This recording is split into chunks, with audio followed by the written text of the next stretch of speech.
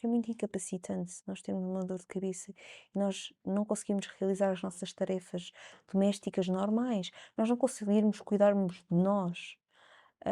Por exemplo, o simples de lavar a cabeça dói, o simples baixar a cabeça dói, pentear o cabelo, agarrar na criança e pegar ao colo quando estamos com enxaqueca, ouvir o bebé chorar, ah, tem um grande impacto.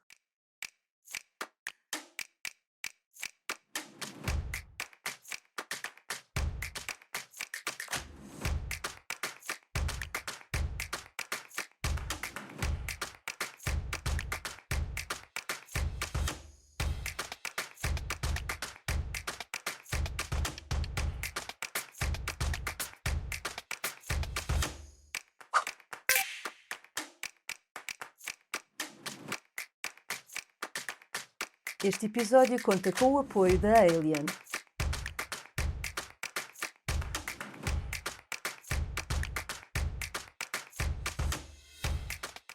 Olá, sejam muito bem-vindos a mais um episódio do podcast Sem Preconceito, uma iniciativa da Cientes Escola em parceria com a plataforma Saúde em Diálogo e que pretende ser um espaço onde conversamos de forma aberta, franca e sem tabus acerca da vida de pessoas que, enfim, foi cruzada pela doença. Como é que as pessoas gerem os temas e a sua vida perante as situações que as afetam.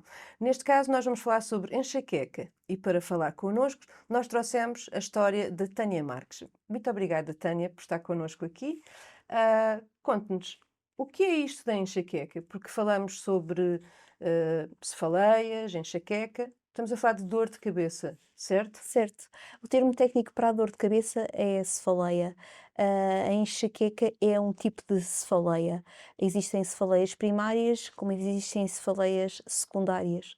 Ah, Cefaleias secundárias, estamos, por exemplo, a falar de uma cefaleia associada ao abuso de álcool que nos surge, ou, por exemplo, associada a uma hipoglicemia.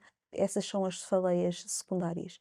Relativamente às cefaleias primárias, temos vários tipos, desde cefaleia em salvas, ou o caso da enxaqueca, que é uma doença neurológica, incapacitante, que se caracteriza por uma dor pulsátil, que habitualmente é unilateral, e é uma dor muito, muito forte e Hum. completamente incapacitante. Ok, unilateral, só para que seja mais claro para quem nos segue, significa o quê? Apanha só uma parte. Uma região da cabeça, não é? Por exemplo, no meu caso, aplica-se a nível da região frontal. Diga-me uma coisa, enxaqueca nós podemos estar a falar diz enxaqueca e não enxaquecas, não é? Exatamente, o termo científico e técnico é enxaqueca e muitas vezes aquilo que habitualmente ouvimos, mesmo na comunicação social, é enxaquecas, mas o termo correto é enxaqueca. No singular. Mas porquê? Existe um motivo para isso, uma explicação mais científica? Porque só há um tipo? Porque existe a enxaqueca crónica e a enxaqueca aguda, e efetivamente é a terminologia que é utilizada, Ok, o seu caso é crónico. é crónico. Ok. Vamos falar um bocadinho sobre a sua situação. Quando é que obteve um diagnóstico de enxaqueca? Efetivamente, eu só obtive um diagnóstico de enxaqueca aos 20 e tal anos. Tarde. Muito tarde, apesar de ter iniciado um quadro de cefaleia, de dor de cabeça, aos 9 anos de idade, Ok. após um traumatismo Pois ia lhe crânioencefálico. perguntar o que é que tinha motivado, se havia A alguma coisa na. Após um traumatismo Ok. crânioencefálico, mas eu desde criança que sofria de dores abdominais e muitas vezes, nas crianças a enxaqueca manifesta-se por dores abdominais. Ok. Ah, Isso é interessante. Explique-me.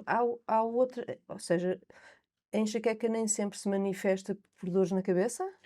Nas crianças, tipicamente manifesta-se pode não se manifestar por dor de cabeça, mas por dor abdominal, Oh, eu acredito que isso depois dificulte também no o diagnóstico, diagnóstico, não é? exatamente. Ok, é curioso, sim, mas continuo. A enxaqueca pode ser acompanhada de outros sinais e sintomas, desde a intolerância ao barulho, desde a intolerância aos cheiros, desde a intolerância à luz, desde náuseas, vômitos, também pode ser acompanhada de alterações, ah, cognitivas, em dificuldade em concentrar-se, na dificuldade na articulação das palavras. Ou seja, a enxaqueca não é uma simples dor de cabeça, efetivamente, Uhum. como as pessoas vulgarmente designam: está com uma enxaqueca, vá dormir que passa", mas efetivamente isso não Não acontece. acontece. É muito mais do que É muito mais incapacitante. é. Mas voltemos um bocadinho ao seu caso. Disse que, sofreu um acidente quando tinha 9 anos. Sim, uma queda de bicicleta em que há 30 anos atrás não era comum as crianças utilizarem capacete para andarem de bicicleta e durante um passeio de bicicleta com a minha irmã tive uma queda com traumatismo crânioencefálico, do qual tive 4 horas em amnésia e tive em observação, num serviço de neurologia e também foi acompanhada de náuseas e vómitos, para além disso. E a partir daí, comecei com dor de cabeça. Mas efetivamente, quando eu era criança, quando eu ficava mais ansiosa ou quando tinha que estudar, ah, intensamente eu tinha dor de cabeça. Lembro perfeitamente da minha adolescência, previamente aos exames nacionais, não é? Hum. Aquela tensão e ter dor de cabeça. Teve as dores abdominais, estávamos a falar há pouco, Tive dores abdominais quando era criança, tive, antes do acidente. antes do acidente. Ou Ok. seja, tive dores abdominais. Eu era uma criança que doía sempre muito a barriga e ninguém conseguia perceber porquê. E na altura também não se falava tanto da. A medicina não estava tão avançada, não é? Uhum. Mas sim, eu era uma criança que tinha muita dor de barriga. Então vamos ver, imagino que o diagnóstico tão tardio, 20 anos, não é? Hum, fosse mascarado por esta questão do acidente que teve. Provavelmente. E também, referiam que era ansiedade ou então de estar ansiosa pelos testes, e que ficava com dor de cabeça, efetivamente. Ok, mas tinha crises violentas nessa altura? Lembra-se da Ah, primeira crise violenta que teve? a primeira crise violenta que tive tinha cerca de 17 anos. Hum. Ou seja, foi mesmo na altura dos exames nacionais. Completamente incapacitante. O que é que significa completamente incapacitante? Vamos recordar, lembra-se o que é que isso Lembro-me significou? lembro-me perfeitamente, ou seja, eu sou conhecida por ter uma memória de elefante e não conseguia decorar efetivamente a matéria para o exame nacional. E tive que ir, por exemplo, à segunda fase porque eu estava completamente incapacitada. Ok, ok. E, portanto, afeta também a memória. Afeta a capacidade de memorização. Ok. Existem alterações cognitivas associadas. Ok, ok. Há pouco quando estava a falar que também pode afetar a fala, a expressão, Uhum. eu, não associei tanto à questão da memória, associei mais a essas, mas efetivamente, sim, questões de interpretação até do mundo à nossa volta também pode S ser? sim, e imagine, nós não estamos tão concentrados Uhum, para executarmos determinadas tarefas, não é? Demoramos mais tempo, é incapacitante a nível laboral também, porque demoramos mais tempo, porque necessitamos de validar efetivamente aquilo que estamos a fazer, ok, sim, faz sentido. porque não temos capacidade de retenção e mesmo até o próprio discurso podemos ter lapsos e podemos não conseguir articular determinadas palavras quando Ok. estamos em plena crise. Então deixe-me mergulhar ainda mais dentro Claro, com disso. certeza. Hum, quando, diz que ela é incapacitante, a primeira coisa que pensei foi: ela é incapacitante em crise, Sim, nos momentos de crise.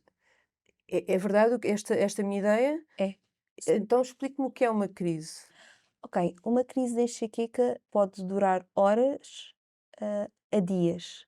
No meu caso, tive um internamento porque, com 30 anos de idade, após 21 dias com dor de cabeça intensa, que não aliviava mesmo com analgésicos, Já com o diagnóstico de enxaqueca. e já com o diagnóstico de enxaqueca, que não aliviava com analgésicos. E que não e mesmo na urgência hospitalar, não aliviou com analgésico endovenoso. Não tinha vida própria, porque o simples levantar a cabeça da almofada porque habitualmente quando nós estamos com uma crise de enxaqueca, nós necessitamos de estar no escuro Hum, e sem fotossensibilidade. pela fotossensibilidade e sem grandes estímulos sonoros, e a aplicação de frio também alivia. e o facto de estarmos a repousar, Hum, deitados ali, ou seja, é uma forma de porque nós próprios em pé, não conseguimos e agrava com o exercício físico, por exemplo. ok. Então explique-me como é que funciona esta crise. Ela consegue prever? E eu tenho aura, no meu caso. A aura manifesta-se por pequenos pontinhos brilhantes que eu começo a ver, umas luzinhas, Ok. e sei que efetivamente ao fim de 30 minutos a 1 hora eu vou ter uma dor de cabeça. Hum. Mas nem sempre tenho aura. Tenho períodos em que tenho aura, outros períodos em que não tenho aura. Então, o que é isto da aura? É uma manifestação, ocular? É, É? é, Mas as pessoas podem ter, a aura pode-se manifestar de forma as pessoas podem ver de forma diferente, não é? existem alterações visuais.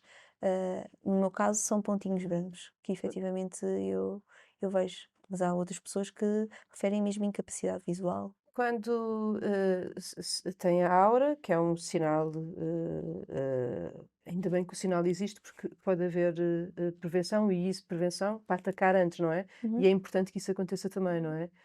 Para atacar logo, para não deixar a questão, evoluir para um estágio pior. Isto Isso é muito verdade aquilo que está a dizer e é importante que o público em geral saiba. Ou seja, nós quando estamos com enxaqueca é importante logo atacarmos de imediato e não adiarmos a toma do medicamento para a crise aguda. Isto porquê? Porque ao adiarmos a toma do medicamento para a crise aguda, vamos estar muitas vezes a prolongar o período de enxaqueca. hum. E no meu caso isso é verdade. Se eu não tomar a medicação, aquilo que vai acontecer é que eu não vou ter uma enxaqueca durante horas, mas provavelmente vou ter uma enxaqueca durante 1, 2, 3 dias. Anda sempre armadilhada com os Sempre, SOS. sempre, dentro da mala, sempre, para qualquer sítio que vá. Tem que ser, não é? Muito bem, estávamos a falar sobre aura, sobre sinais, consegui prever estas crises, mas tentava perceber como é que ela se manifesta. Ela começa, esta crise começa de uma maneira, julgo eu, menos intensa e vai ganhando intensidade, é rápido. Dizia, quer dizer, de quanto tempo é que pode entrar numa crise? Sei que as crises podem durar, acabou de dizer, Sim, o estado mal de enxaqueca, quando dura longos períodos de tempo. sim. Já tive vários estados de mal de enxaqueca, em que o mais longo foram 31 dias seguidos de dor de E o que é que cabeça. fez durante esses 31 dias seguidos? Efetivamente, repouso no leito, quarto escuro, só me levantava para ir à casa de banho, para me alimentar e era basicamente isto. Muito bem. Como é que lhe aparecem as crises? Há qualquer coisa que Existem fatores desencadeantes que são designados por gatilhos ou então existem outros termos técnicos que são utilizados. Eu utilizo habitualmente o termo gatilho, que vão desde causas ambientais, até causas alimentares ou causas emocionais, alterações emocionais.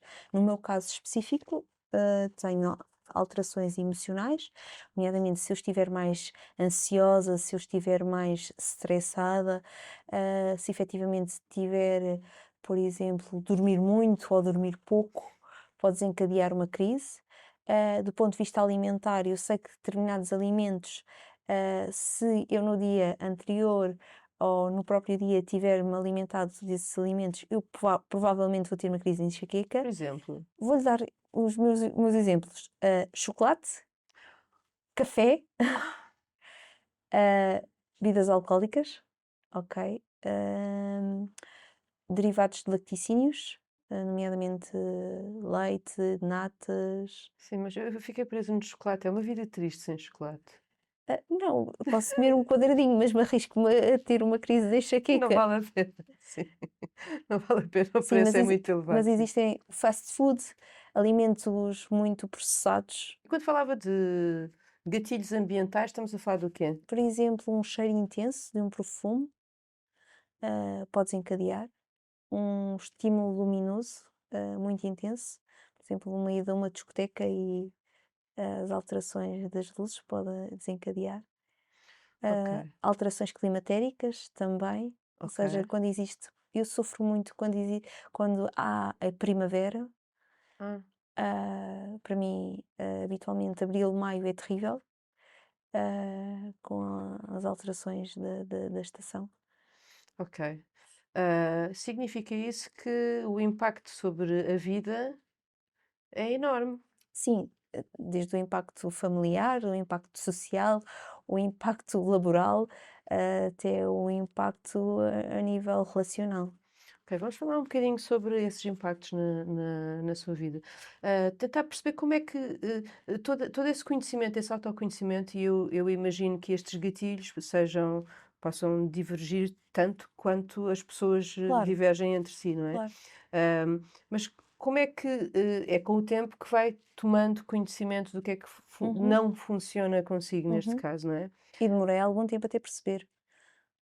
Há algum instrumento, por exemplo, que ajude as pessoas a alguma dica que nós possamos deixar às pessoas para apressar esse processo de entender quais são os seus gatilhos? Eu pertenço à Migra, que é uma associação, de doentes portadores de cefaleia, e temos várias publicações em que falamos sobre os gatilhos da enxaqueca, em que falamos dos gatilhos alimentares, dos gatilhos ambientais, dos gatilhos emocionais, das alterações do sono e das rotinas. A própria alteração da rotina pode desencadear uma crise de enxaqueca. Ou seja, irmos de férias e termos uma crise de enxaqueca pode acontecer. Tão bom, não é? 15 dias de férias e depois os 15 dias inteiros em enxaqueca. É realmente, enfim, o facto só de pensar que poderá vir a ter uma crise já é em si próprio um fator de stress também. Ah, Neste momento, dado o facto de já ter enxaqueca há muitos anos atrás, já não é um fator de stress em si, mas é um fator de angústia, não é? Ok. Já é mais uma parte da vida com a qual nós vivemos, não é? E efetivamente que tenho que aceitar. Sim, muito bem. Já vamos um bocadinho também a esse processo de aceitação. Quero passar um bocadinho por isso também. Faz parte sempre de pessoas que vivem com doenças crónicas, aceitar a sua condição e introduzi-la dentro das suas rotinas diárias, em vez de lutar contra. Ahm, Vamos um pouquinho aí à frente. Queria continuar a falar um bocadinho sobre este impacto na vida. Uhum. Portanto, em termos laborais, eu imagino que ahm, alguém que não se consegue levantar durante períodos mais longos ou mais curtos e não está operável, como é que impacto é que isso teve na sua vida laboral? Eu sou enfermeira, sempre adorei cuidados intensivos. E um dos motivos que me levou a exercer enfermagem na área de cuidados intensivos e a trabalhar por turnos foi ter estado internada Ok. aos 30 anos, após 10 anos de exercício de profissão, ter estado internada com um estado de mal de enxaqueca e tive que tomar uma decisão, tive que deixar os cuidados intensivos Hum. e deixar de trabalhar por turnos, porque efetivamente essas alterações, o stress desencadeado porque de quem trabalha em cuidados intensivos são fatores que podem desencadear uma crise de enxaqueca. Portanto, houve uma mudança na carreira, Houve uma mudança na carreira, exatamente. sim. E hoje encontrou um caminho diferente. Encontrei um Que caminho estratégias é que procurou? encontrei um caminho diferente, efetivamente, após ter estado em cuidados intensivos, fui para um serviço ambulatório, depois de um serviço ambulatório engravidei. Durante a gravidez não tive qualquer tipo de crise de Hum, enxaqueca, só no início da gravidez, ainda não sabia que estava grávida, mas uma coisa muito ligeira e depois nunca tive, ou seja, adorava estar sempre grávida porque nunca tinha crises de enxaqueca. Tânia, deixa-me só abrir um parênteses aqui muito rápido, Sim, já continuamos, só para perceber se existe mulheres que estão já perfeitamente diagnosticadas com enxaqueca crónica, como é que é feita esta gestão com a gravidez, porque calculo que a questão da medicação que é preciso tomar sim. A possa ter influência. Assim que eu engravidei, eu fui à minha neurologista que me segue para saber que tipologia de medicação é que eu podia fazer. porque quando estamos grávidas existem medicamentos que não podemos fazer. Uhum. E ela estruturou-me logo um esquema de analgésicos que poderia tomar Ok.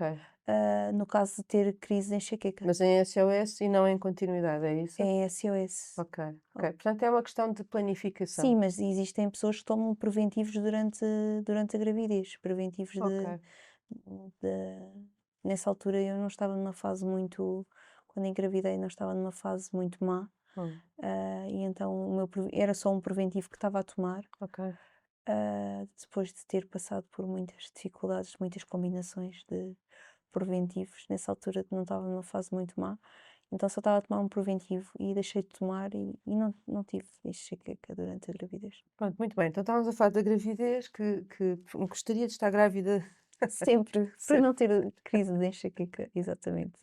Mas o pior é o depois, é o pós-parto, efetivamente. Privação do sono, não é? Pois, pois, pois. A criança não gostava de dormir. A criança efetivamente não gostava de dormir. Gostava muito de mamar, mas de dormir não. E como é que é? Eu acredito que numa fase. O depois foi quanto tempo depois de ser mãe? Que comecei com crises de enxaqueca intensas aos 3 meses, Bom, ainda um recém-nascido, pronto. ou seja, aos 3 meses, tive em estado mal de enxaqueca, em que tive que ir à minha neurologista, à professora Raquel Gil Gouveia, a quem eu deixo um agradecimento, que já me segue desde 2017, e que me deu a conhecer a Migra, da qual faço parte. Nesse momento eu tive que fazer um bloqueio dos nervos periféricos. Um bloqueio de nervos periféricos que consiste, numa injeção de um corticoide ou de um anestésico local em pontos específicos, Hum, ah, a nível da região occipital, que desta forma bloqueiam, e desta forma aliviam muito a dor. ok.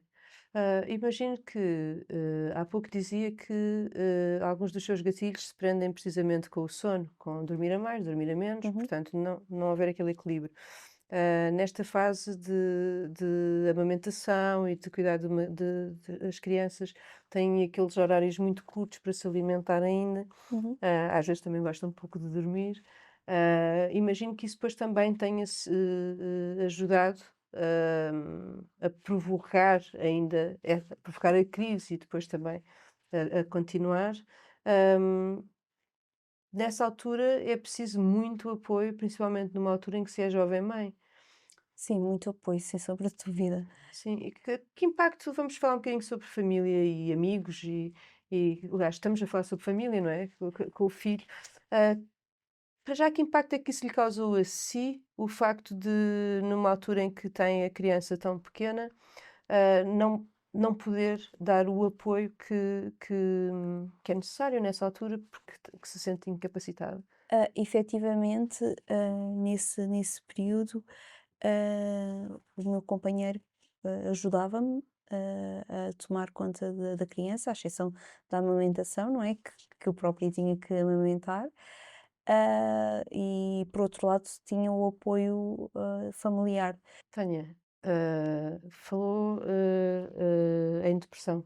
Uhum. A depressão também é algo comum nas pessoas que sofrem de enxaqueca. Sim, a depressão, a ansiedade é muito comum. Nós vivemos, porque é muito incapacitante. Nós temos uma dor de cabeça e nós não conseguimos realizar as nossas tarefas domésticas normais. Nós não conseguirmos cuidarmos de nós. Por exemplo, o simples de lavar a cabeça dói, o simples de baixar a cabeça dói, pentear o cabelo, agarrar na criança e pegar ao colo quando estamos com enxaqueca, ouvir o bebê chorar, tem um grande impacto. Hum. Procurou apoio para. Sim, sim, sim, Sim. sim. Ah, aqui Ou seja, é é. psicoterapia Sim, e para além disso também seguida pela psiquiatria também. ok. Ou seja, para além do acompanhamento de neurologia, tem acompanhamento de psiquiatra e acompanhamento de psicóloga. E é comum em pessoas que têm enxaqueca crónica? Uhum, Sim. sim. Mesmo este acompanhamento é algo que é sugerido às pessoas. Com o diagnóstico? É algo que as pessoas efetivamente podem necessitar. Ok. E também, muitas vezes, há dificuldade de acesso Uhum. aos cuidados. Há um longo caminho para as pessoas seguirem, até de um médico de família até um especialista, um neurologista especialista em enxaqueca. Há um longo caminho. Há um longo caminho, Ok. E de que maneira é que esse caminho pode ser encurtado? recorrendo ao privado. Ok. Recorrendo ao privado, a um especialista diretamente? Uhum. Hum. Então, para eu recorrer diretamente a um especialista, eu preciso de ter alguns sinais mais evidentes que Ou me seja apontem nesse caminho. ou seja, tem que haver um diagnóstico. Ou seja, para além do exame físico, existem exames complementares de diagnóstico que têm que excluir efetivamente que não existe, por exemplo, um tumor cerebral que seja a Uhum, causa de ter essa cefaleia, de ter essa dor de cabeça, não é? uhum. Minha primeira escolha enquanto especialista seria em que especialidade? Neurologista. Neurologista. Muito bem. É porque quem nos acompanha é importante nós podermos referir isto Ou para as pessoas seja, saberem. irem ao médico de família e pedirem depois o acompanhamento por um neurologista. Ok. E depois o neurologista encaminhar para um neurologista especialista em enxaqueca, em cefaleia. Aquilo que acontece e que a Migra está a ajudar imenso é também a dar um grande apoio na formação de médicos de família e a falar sobre a enxaqueca já na formação dos médicos de família. Como é que a migra se atravessa na sua vida? A migra atravessa-se na minha vida num momento em que eu estava muito mal, Hum, em que a minha neurologista referiu mesmo que eu estava deprimida, que eu estava a passar por um processo de depressão e falou-me sobre a migra. E eu fui ver o que era a migra, efetivamente. E contactei a migra, e fiquei estupefacta com o que encontrei. o que é que lhe comunicou? O que é que a fez? Qual foi o gatilho? Eu fui inicialmente pelo Facebook, ver o que é que existiam de publicações e depois associei-me, fui associada da Migra e sou associada da Migra, número 74, da Migra, e vi efetivamente que existiam mais pessoas como eu Ok, e consegui compreender ainda mais sobre a enxaqueca. ok. E para além de ser profissional de saúde, ainda existe um grande desconhecimento por parte dos profissionais de saúde, Hum, como enfrentar um doente com enxaqueca ok, e o estigma de ainda existe um grande estigma da enxaqueca que é uma simples dor de cabeça. ok. Sim. Nós estamos aqui a falar precisamente para desmontar um bocadinho isso, porque um bocadinho gostaríamos que fosse totalmente. Mas ainda é preciso fazer muito trabalho nessa matéria. Aliás, estava há pouco a referir que, há pouco e ainda agora, a questão de trabalhar com a comunidade médica através, a Migra faz esse esforço. Sendo tão incapacitante, às vezes que é pouco compreensível, pelo menos para mim nesta conversa que estamos a ter aqui, que os profissionais de saúde possam oferecer alguma resistência a Por exemplo, vamos dar um exemplo muito claro. Vamos a um serviço de urgência. hum, Serviço de urgência, quando um doente está com uma crise de enxaqueca, qual é que é o ambiente que um doente com enxaqueca com uma crise de enxaqueca deve ter? Um ambiente onde não existem estímulos sonoros, estímulos luminosos, não é? E no serviço de urgência tem que haver esse cuidado, não é? hum, Tem que haver esse cuidado e essa sensibilidade por parte dos profissionais de saúde. porém, Porém, não existe. Muitas vezes não existe. ok. Qual é que foi o impacto qual é que foi o impacto de encontrar outras pessoas que falavam a mesma linguagem que a Tânia? Ou seja, pessoas que sentiam o mesmo que a Tânia, pessoas que passavam pela experiência da Tânia. Ou seja, eu nunca pensei que houvesse pessoas como eu que sofriam de enxaqueca, desde criança e que tinham passado por N combinações de fármacos sem qualquer tipo de resultado, nomeadamente desde antidepressivos, desde beta-bloqueantes, ou seja, medicamentos utilizados para controle de hipertensão arterial, desde medicamentos utilizados no controle da epilepsia, não é? Desde medicamentos utilizados na depressão. ah, e houve tantas combinações de medicamentos e eu via mas eu continuo com dor de cabeça, porque nós temos um calendário, Hum, ou seja, nós temos um calendário onde nós colocamos, se efetivamente ao longo do mês, temos dor de cabeça, não ok. é? Temos Uma este espécie de diário. é um diário mesmo, em que temos dor de cabeça, qual foi a intensidade e se efetivamente necessitamos de tomar medicação. Porque também existe, a enxaqueca associada ao abuso De medicamentos. de medicamentos. Exatamente. Ok, que pescadinha de rabo na boca, não É é? mesmo, É uma pescadinha de rabo na é boca. mesmo. Há pouco, quando eu lhe perguntava algumas dicas de ferramentas que podiam ser utilizadas pelas pessoas para perceber e identificar os seus gatilhos, acaba de dar uma boa dica, que é o diário. Se eu utilizar esse diário para a forma como eu reajo relativamente aos medicamentos, às terapêuticas que estou a fazer e à dor, não é? Aquilo que acontece é quando nós vamos a um neurologista, especialista em enxaqueca ou um neurologista, ele habitualmente, faculta-nos logo um diário para nós compreendermos Hum, a evolução, como é que é a evolução da nossa enxaqueca ao longo do mês. ok, Por exemplo, se está associada à menstruação ou não, ok. porque a maioria das mulheres está associada à menstruação. Isto é uma coisa que, afeta mais as mulheres do que os homens ou é Sim, transversal? afeta mais as mulheres do que Hum, os homens, efetivamente. hum. Sim, nós Mas temos se falei em bebés, ainda para salvas, isso. afeta 5 vezes mais os homens do que as mulheres. Mas pronto, então falava-me desse diário da dor, Uhum. para também ir testando não só a dor, mas como é que ela reage Há às combinações de Não, medicação? efetivamente aquilo que nós fazemos é, imagine, eu vou dar um caso simples, e isto é verídico. Eu hoje apareceu uma menstruação, ok? Eu ontem tive uma enxaqueca muito ligeira, Ok, que foi prévia à menstruação. Hoje não estou com enxaqueca. E eu assinalei no meu diário que tive, que tem uma terminologia própria que é utilizada, mas pode existir outra terminologia, em que não tive necessidade de tomar medicação porque foi muito ligeira, ok, e que passou com o dormir, ok. ok? Não tive necessidade de tomar medicação. Está registado? Está registado e quando for à minha neurologista, vejo quantos dias por mês é que eu tive enxaqueca e quantos dias é que eu tive que recorrer à medicação. Ok, isso significa, a partir daí nós também, para além daquilo que são os sinais óbvios e evidentes que é a própria dor, nós conseguimos, os médicos em conjunto com os seus pacientes, conseguem avaliar se a terapêutica está a funcionar ou não. Uhum, exatamente. Muito bem. No seu caso, já sei que passou por várias combinações terapêuticas, mas encontrou agora algo que a traz mais equilibrada. Muito mais equilibrada. O que é que significa muito mais equilibrada para si?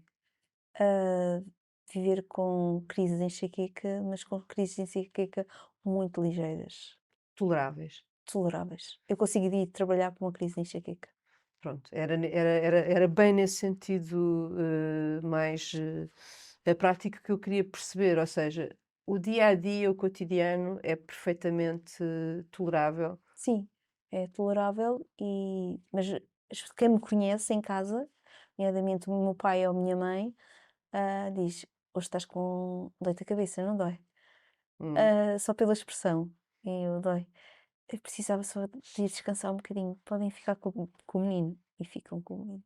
Vamos voltar um bocadinho à migra, para perceber que tipo de apoio é que as pessoas podem obter, através da associação, para além daquilo que é poder estar em contacto com outras pessoas que falam a mesma linguagem, passam pelas mesmas experiências, e só isso já é um achado, é um bem maior, não é? Exatamente, a migra, para além de dar a conhecer os direitos e defender os, os doentes que sofrem de cefaleia, não é? E de enxaqueca, também dar a conhecer quais são os direitos e que eles próprios podem beneficiar, quais os medicamentos que Hum, neste momento estão a ser comparticipados, efetivamente, e quais os medicamentos que estão a sair no mercado. uhum, Também há uma parceria com o associado tem direito a 2 consultas gratuitas por ano com um médico, de família, com formação na área da enxaqueca, e da cefaleia, o que é ótimo. Para além disso, já desenvolvemos vários projetos de investigação hum, em que participamos, em que estudamos efetivamente o impacto que a enxaqueca tem na vida das pessoas, a hum, nível laboral, a nível do desempenho das tarefas domésticas, a nível do relacionamento, e esse estudo foi divulgado pela Migra. A Migra já esteve reunido com vários partidos, já esteve também, hum, já teve várias reuniões ao nível do Ministério da Saúde, para que, de certa forma, sejamos mais ouvidos, não é? uhum, Somos considerados uma doença crónica, efetivamente. Se metermos baixa, é como uma baixa normal. hum, E isso tem um grande impacto a nível financeiro, não uhum. é? Ah, e estamos a tentar conquistar direitos que possamos ter, como uma doença tão incapacitante e que em Portugal atinge 2 milhões de pessoas. 2 milhões de pessoas. Tânia, vamos deixar as pessoas procurarem mais informação. Quero deixar só o endereço do site, para as pessoas poderem consultar depois mais informação. Basta colocar em Migra, conseguem aceder através das redes sociais, do Instagram, do Facebook, ou colocar Migra Portugal, também conseguem aceder facilmente no Google. Ok. Nas redes sociais também podem encontrar informação relevante sobre a enxaqueca e como é que ela se pode manifestar efetivamente, e como é que pode ser efetuado o diagnóstico. E até existe uma ferramenta de Hum, diagnóstico com 3 questões simples que aborda se esteve nauseado nos últimos tempos, se efetivamente não conseguiu trabalhar ou desempenhar as suas tarefas.